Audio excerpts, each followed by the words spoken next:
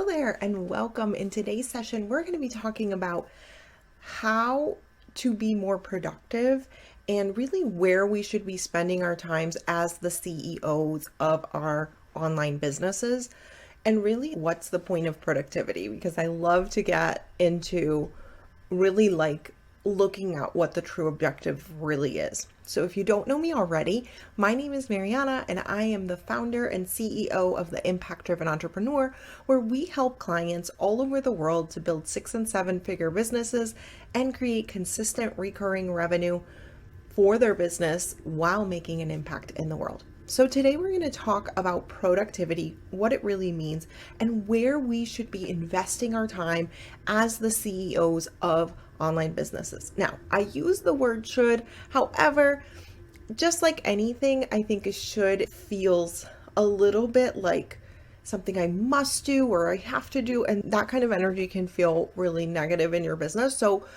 try to think of it as what is the best use of my time as the CEO and design it for yourself. So we're going to get into it in a minute, but I do want to just talk about the verbiage that I use there specifically so that you can tailor this to yourself.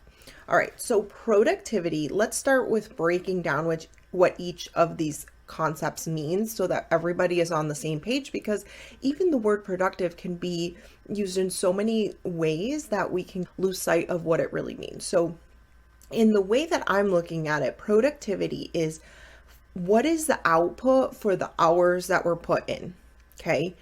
And what actually got done, what was accomplished. So if a lot of people think I'm being very productive because here's my to-do list, I checked off all of these things. So that's productive. Now, I think that another way to look at things is not so much by the checklist of items, but instead effectiveness. Okay, and effectiveness to me means, were we able to move the needle towards the result that I want with minimal effort? Okay, the least amount of waste, the least amount of checklist items. Instead, were we able to move the needle towards what we actually want? And so if we're in a launch, it changes our focus from, okay, we need to do the landing page, we need to get the Facebook ad set up, we need to sell, whatever, to what did we actually sell during the launch? Okay.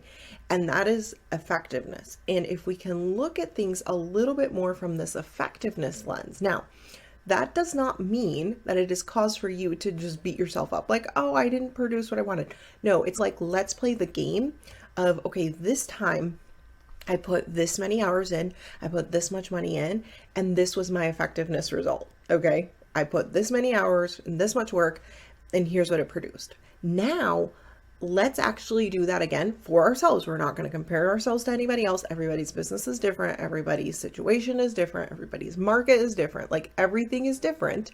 Therefore, how can we translate that into a game where we say, let's become more effective next time? And that allows you so much more growth for yourself and so much more progress towards what you want to build, and really for the type of business that you want to run and get that freedom that you want. So for a very long time, our messaging was all about building a business that allows you to make multiple 6 figures working 3 days a week. And we used that messaging for a very long time. We had helped many clients to do that.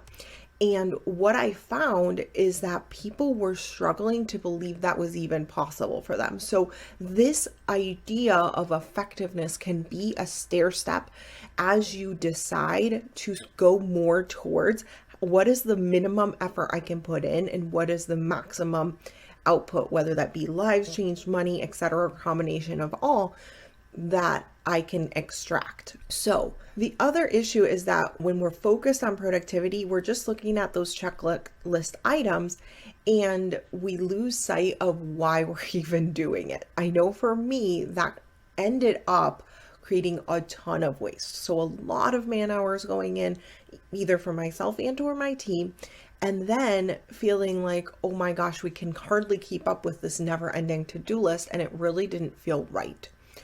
The other thing is that if we're talking about doing less, and getting more out of less time, a lot of times this brings up a lot of feelings for people. So I want to talk about that for a second. If you find yourself calling yourself names, like maybe you say, I'm lazy because I didn't do that much, or how can it be this easy? I need to work really hard. All of those types of ideas and feelings and thoughts can come up when we are looking at being more effective, when we are actually being more productive, like when we're actually getting more done with less time. When that actually happens, sometimes what can happen is all of these feelings come in and then we go back to that never-ending long to-do list, right? So I think that it's important to not call ourselves names, because honestly, name calling is it can be a form of abuse. So if we are doing that to ourselves, we need to stop it there. And that requires mindset mastery and really mastering your brain and really coming at your relationship with yourself from a loving and intentional way. And I think that one of the best ways that we can start to build that is really looking at what is the net benefit, right? What is the point of being productive? And why does me working less actually help my entire life holistically? It takes us off that never-ending hamster wheel of being productive and getting more checks off the checklist, because a lot of times that is used to feel worthy, to feel accomplished, to either give ourselves finally the recognition that we deserve to give ourselves from day one, or get that sense of recognition from others who are like, wow, you get so much done, and all of that kind of stuff. And we often think that being more accomplished, getting more things done makes us better humans, but that actually just leads to workaholism and forgetting what is the point of life. And so my point in this video was to bring us all back, and myself included, because I am not perfect in this at all, is to remember that we are amazing humans as we are today, with or without the energy, effort, or outcome that we produce today, tomorrow, next week, or this year. So I want you to re-listen to that or reread that in the blog post as often as you need to. You are an amazing human as you are today, with or without the energy, effort, or outcome result that you want today, tomorrow, next week, or this year. Okay? Your value as a human comes from being, not from doing. And I learned this powerful lesson, and this is going to be a trigger warning. So I am going to talk about some intense stuff that I learned in the ICU. So if this is a trigger, just fast forward 5-10 seconds, 20 to be safe. So I learned this powerful lesson when I worked in the ICU. I got to see patients that were laying there intubated, meaning they had a breathing tube into their mouth, unable to breathe, and their families being obviously very sad, very devastated, and grateful that person was alive. And the reminder to all of us in that moment is that the fact that we are alive is enough. And I would venture to say that the fact that you are alive is enough to make you worthy too.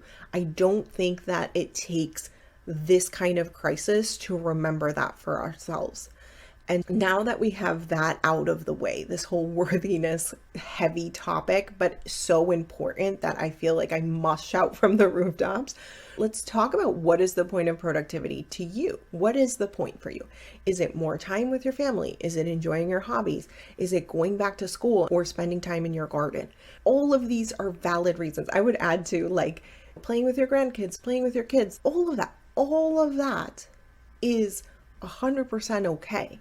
You are allowed and deserve to have that time for yourself.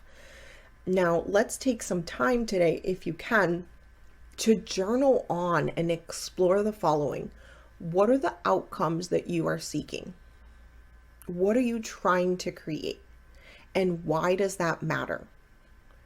Because if we're trying to be productive for the sake of being productive 10 hours a day, that is not really going to give us this, which is what we actually want, whether it be the time with the family, enjoying a hobby. Like over the quarantine, I taught myself art, and it was so fun and so gratifying and so therapeutic. And so if you wanted to go for that, making multiple six figures, working 3 days a week, if that was your goal, and I'm just using that as an example, what would that give you? What is the point of working 3 days a week? What would you do with the other 4 days that you had in the week? Where would your time go? And really exploring that so that you are crystal clear on productivity and what that actually means for you, your business, and your life. All right, so how should a CEO spend their time? As I said, I don't love the word should in there, but it was one that apparently people Google a lot, so we decided to use it. So CEOs, I believe, should be working on the highest leverage activity, and that is highest leverage, highest that they can possibly do. Meaning, one, they're working in their zone of genius, and they're also working on things that lead to other people doing more things for them. Okay, this is pretty much how I got to the 3-day work week. Ready? When I do something, I do one part of it, and then that part is the most important part, the part that only I can do. And then my team takes care of everything else. At the same time, I'm working on who's on my team, what are the systems they're using, how well are they executing on those jobs, and how much of a match is it between the person and the job they have. I don't think that CEOs need to be managing the everyday, day-to-day. That's, especially in an online business, that's more of a project management role. In a brick and mortar business, that would mean more like a chief operating officer. But our goal is to monitor the KPIs, the key performance indicators. And I do have a video that we will link to in the show notes description that explains what key KPIs are. Those key performance indicators allow you to make decisions about what is working and what is not, and then you improve them over time. It's same to that effectiveness, right? Like, here's where we are. Let's play a game where we be our best right now. That is pretty much the mindset, okay? CEOs are also the face of the business. So you're going to be working on high-level visibility strategies like speaking, collaborations, and partnerships. And if your visibility strategy is just focused around social media, you could be missing out on a lot bigger media and visibility exposure. So I would highly recommend that you look into virtual speaking, which we have a post about that we can give you, or in-person speaking, but because of COVID, we've been focused mostly on virtual. Lastly, it's important that you consider your own personal strengths and your zone of genius. As I said, every person is going to have their zone of genius, and making sure that you're creating your job role based on that is super important. Also, if you are an owner, like a CEO, founder, and you're really creative, it's okay for you to change your focus throughout the year. I know many people who do this. They're like, okay, right now I feel like focusing on this. Next, I'm going to, master this. And next, I'm going to do this. And that's totally okay. It's not like one role, one thing that you're doing every day for the rest of your life. Okay. Especially if you're the owner. So if you're looking to increase the effectiveness of your business, you can download our Scale Up Strategy Framework by clicking on the link in the description. That framework will walk you through how to really zone in on the areas of your business so that you can really be strategic with where you're putting your time, energy, effort, and making sure that you are doing the least amount of work possible and able to be most effective. So again, go to impactdrivenentrepreneur.com/scale-up-strategy, or you can click the link in the description. In summary, a CEO of an online business really should be spending their time creating high quality partnerships, visibility, spending time in their zone of genius, and monitoring, not task managing, but monitoring KPIs and moving the team towards that vision. That's why we spent so much time really talking about what is the vision and making sure that you are 100% aligned with it and able to execute it without blocks. And it's important to keep your vision top of mind and really make sure your team understands the full breadth of why we're going after this goal. And that includes like why they should go in it, what's in it for them, and that kind of thing. So I hope you have an amazing day, and I will chat with you in the next video. Make sure you hit subscribe so that you get notified of future episodes. Again, you have to hit subscribe and the bell in order to get notified of upcoming videos. If you hit subscribe, you won't be notified of upcoming videos necessarily. So I hope you have an amazing day, and I will chat with you in the next one.